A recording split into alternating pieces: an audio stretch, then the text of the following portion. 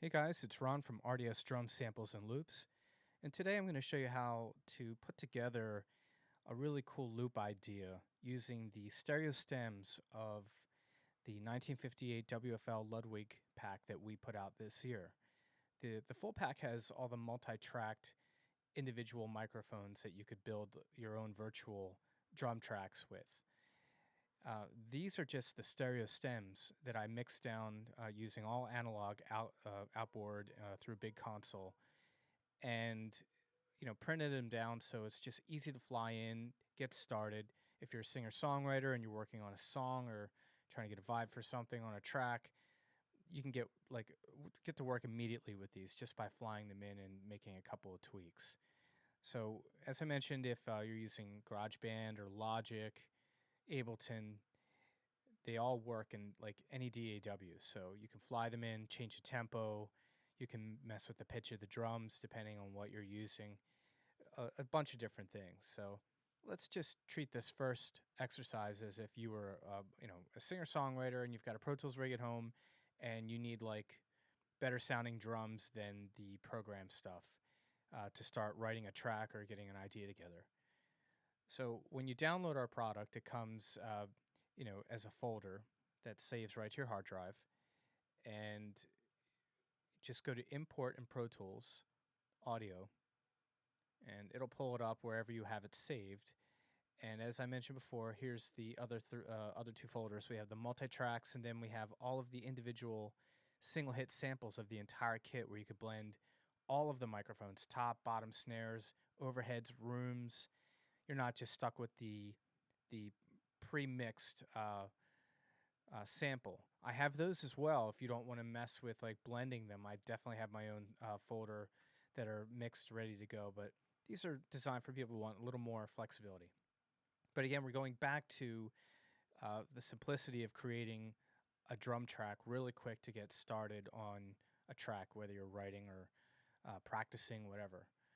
So I hit Import Audio, and it brings me to this. I'm going to click on this folder, which is the stereo stems. The original tempo is 88 BPM, and in Pro Tools, I've already set that tempo as a start tempo, and I'll explain that it's just easier this way to change the tempo and get working. So go into the different subfolders, and you will see different grooves with different descriptions. Some will say with ride, with crash, toms, or with a fill. Let's just start with like a 4-bar groove on the hats that has a crash at the end of the 4-bar phrase. So we'll hit add. Now this is the first one, so we're just going to import it as a new track.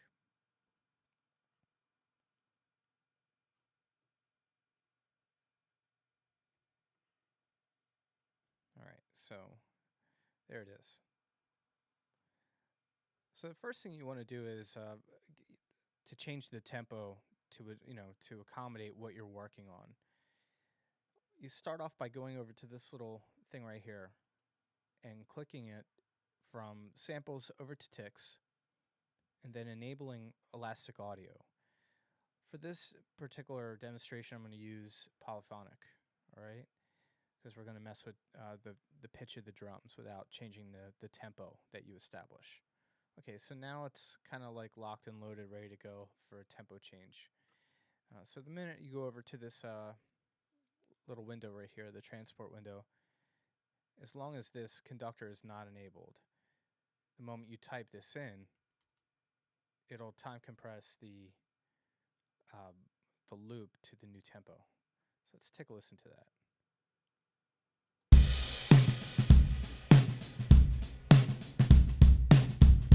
All right, so you want to get picky and bring it down 2 BPM. Let's say 98. Just type it in. Keep moving it down. Say 96. If you notice, like the tonality of the drums does not change. There's a pretty wide flexibility as far as how far you can go slower or faster without it starting to sound really artificial. But sometimes the artificial sound is a very cool way to introduce like a loop into some existing drums in a track and make it sound really cool. So right now we have a 4-bar phrase up, and let's say you want to go to a different groove after this 4 bars. Go back to Import Audio, and it'll take you back to the menu. And let's say we want like a 4-bar groove on the ride. Some of them have like with crash or with, we'll take this one with crash. If you ever wanted to audition these, all you have to do is just click on it, hit the play button down here.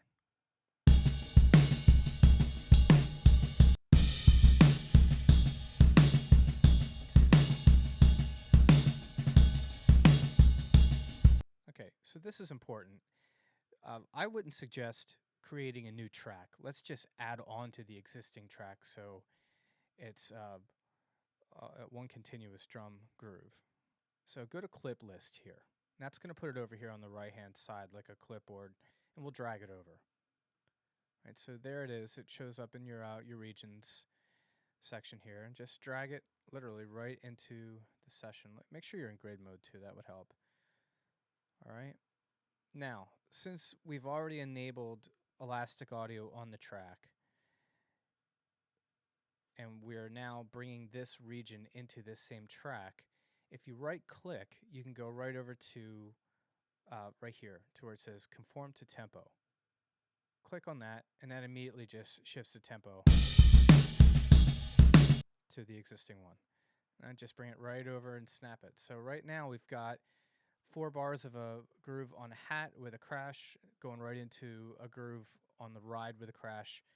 And you could literally just clip like 2 bars at a time with this stuff. There's drum fills that you could fly in between to make it sound realistic. Let's do that right now. So this is at the right tempo. Let's listen to the transition real quick.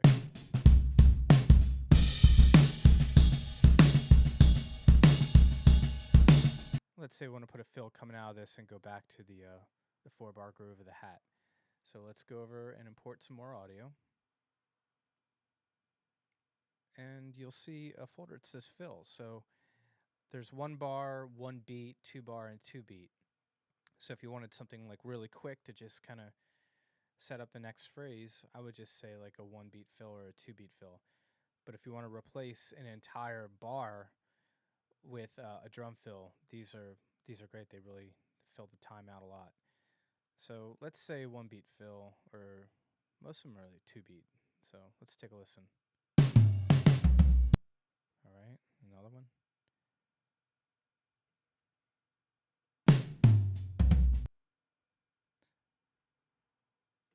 Let's try and pull in with a crash ending here. That's cool. That's like to end like a song. So the crash just sustains. Let's just pull one of these. Could be any of them. That one's cool. So we'll add it. So it's just 2 beats. And we'll say new track, or clip list, sorry. And bring it over. Same thing as before where you want to adjust it to the new tempo. Right click, conform to tempo, and there it is. That's kind of funny. Sometimes it, depending on the spacing, it might drop it to a halftime. So all you do, if you get to that, just go to elastic properties. The original tempo, the source tempo is 88. So as soon as you click that, it'll adjust it for you. So let's go back and we can just put this right over that last 2 bars here. Then if you just double click everything and hit Command D, you'll duplicate that entire sequence. So let's listen to this.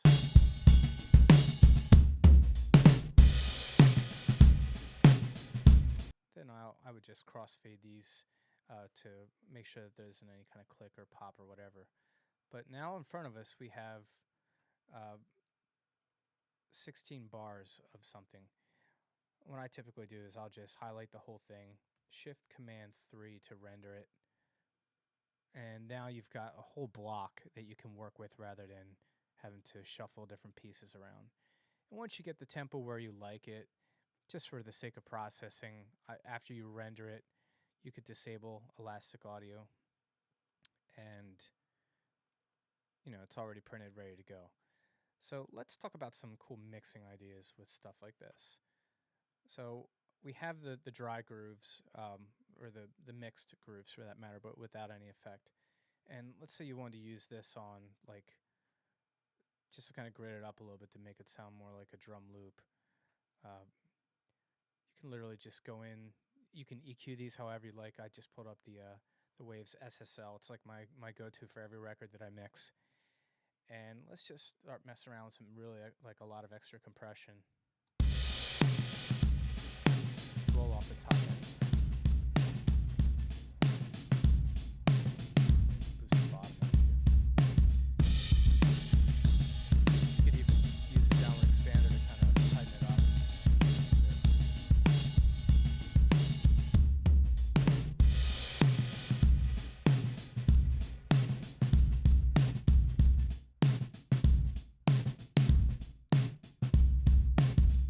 Another cool trick to do is maybe I love putting delay on loops sometimes.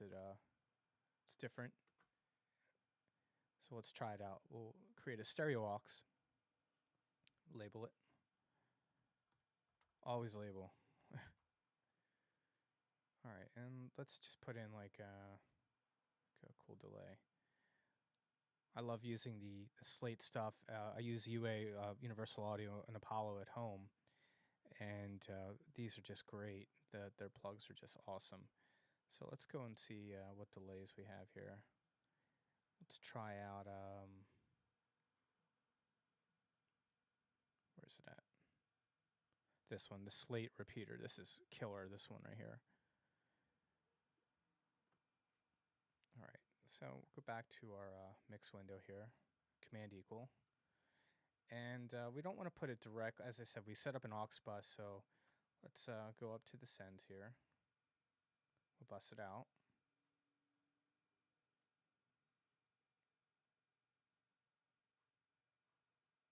All right. Now, you could do this two ways. If you want more of the dry and less of the effect, then I would always keep the send like post fader. So whatever you're sending from your main fader is what feeds the aux bus. Like they parallel each other.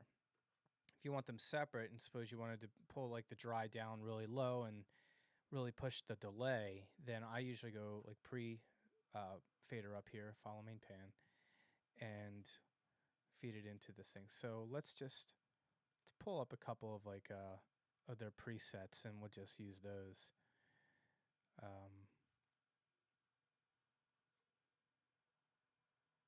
Let's say tape delay. All right, and we'll send it to it.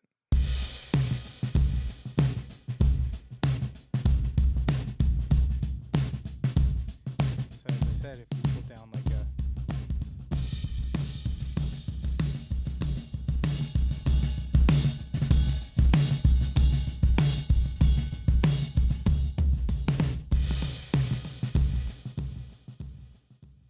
so that was just like with a tape delay. You could use anything on this thing and just blend the two together.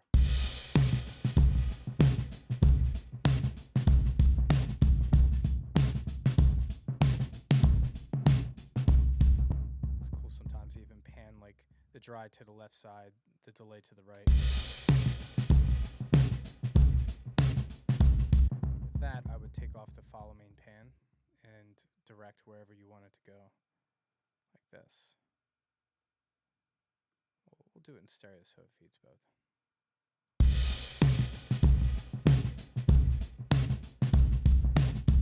It's just a cool idea. It's a different texture. It's a way to add some like weird imaging to a track that it's more subliminal than anything.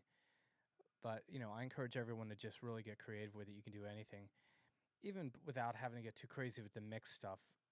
The loops are so easy to just fly in and get started. As I said before, if you're using GarageBand, you would literally just bring them in, loop them, change the tempo just like we did here, and then you can get to work on your track. But you're not limited by that. There's so much that you can do with these. And if we went back in real quick, let's re-enable the elastic audio and go back to this elastic properties thing. Talked about pitch shifting. So down here in the bottom where it says pitch shift, you could drop these down or up and really kind of get cool with the effects of the drum. So if you pitch it up, I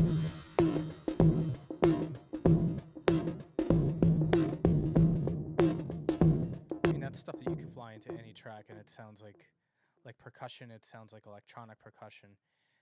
Pitching it down is really cool as well. Let's listen to that.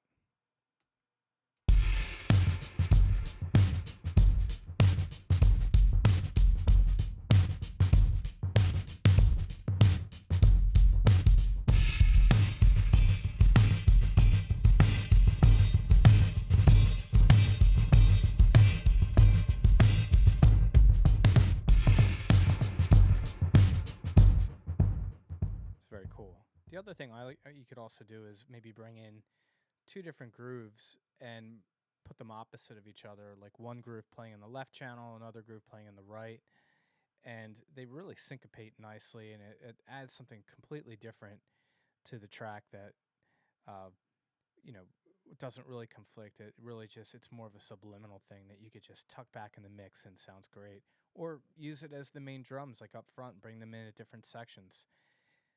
These are all just production ideas that I've used over the years and would love to share with people because they're so easy to use with the loops. Bring them in if you're a live musician. You could take these stereo tracks and fly them right into like iTunes and play along to them.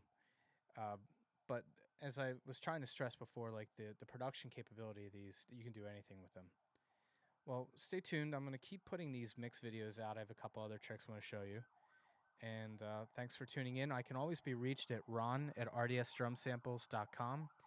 Shoot me some questions or ideas, or if you worked on anything you want to show me it, I'd love to hear it. Thanks again for taking the time to watch, and I'll be back again with some more videos. Thanks.